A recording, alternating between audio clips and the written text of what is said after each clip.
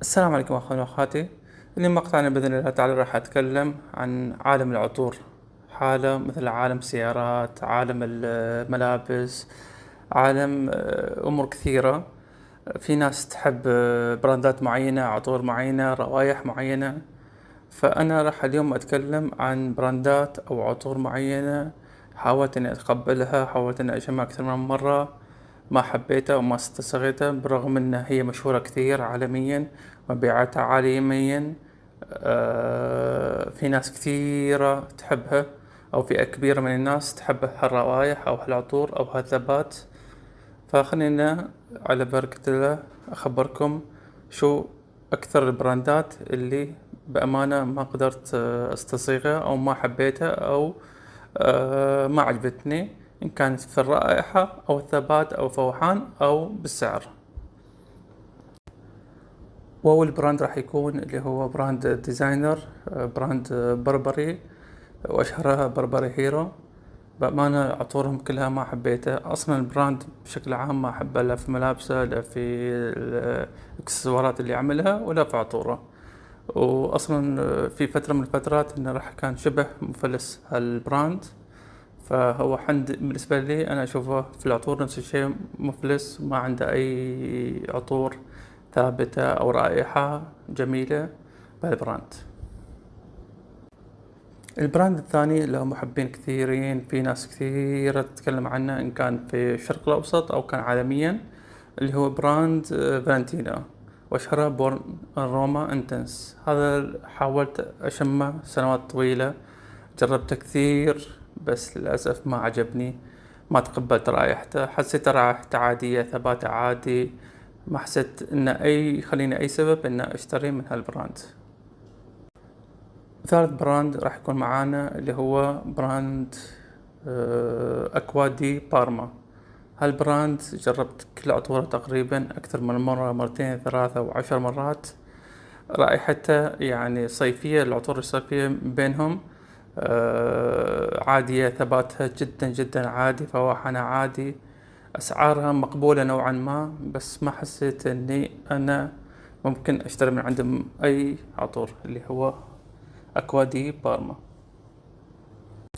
رابع براند، طبعا هالبراند ضرب في السوق بطريقة قوية، عطر عندهم مشهور اللي هو ميجا ماير.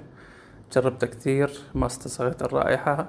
اوكي العطر ثابت، بس في عطور كثيرة عالميا فيها ثبات ورائحته جميلة. ليش أنا أخذ رائحة ما جميلة إن كانت في الافتتاحية أو لما يبرد العطر بس عشان ثباته يوم أو يومين؟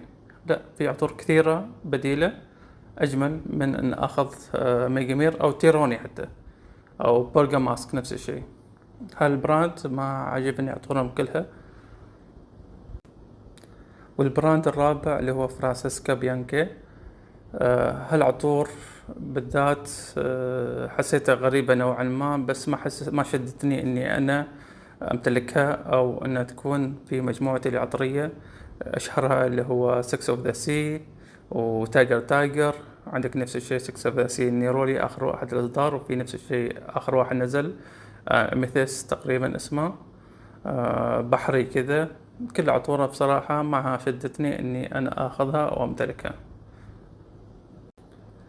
واخر براندين بصراحة، طبعا هذا البراندين ما عليهم كلام عالميا كجودة كمبيعات، بس ما حسيت اني انا يستحق هالعطور ان انا اشتريها واقتنيها بهالسعر. احس ان في براندات ثانية اجمل منها كجودة ورائحة وثبات وفوحان، اللي هو البراند اول شيء روجا، وعندك البراند الثاني كلاف كريستيان.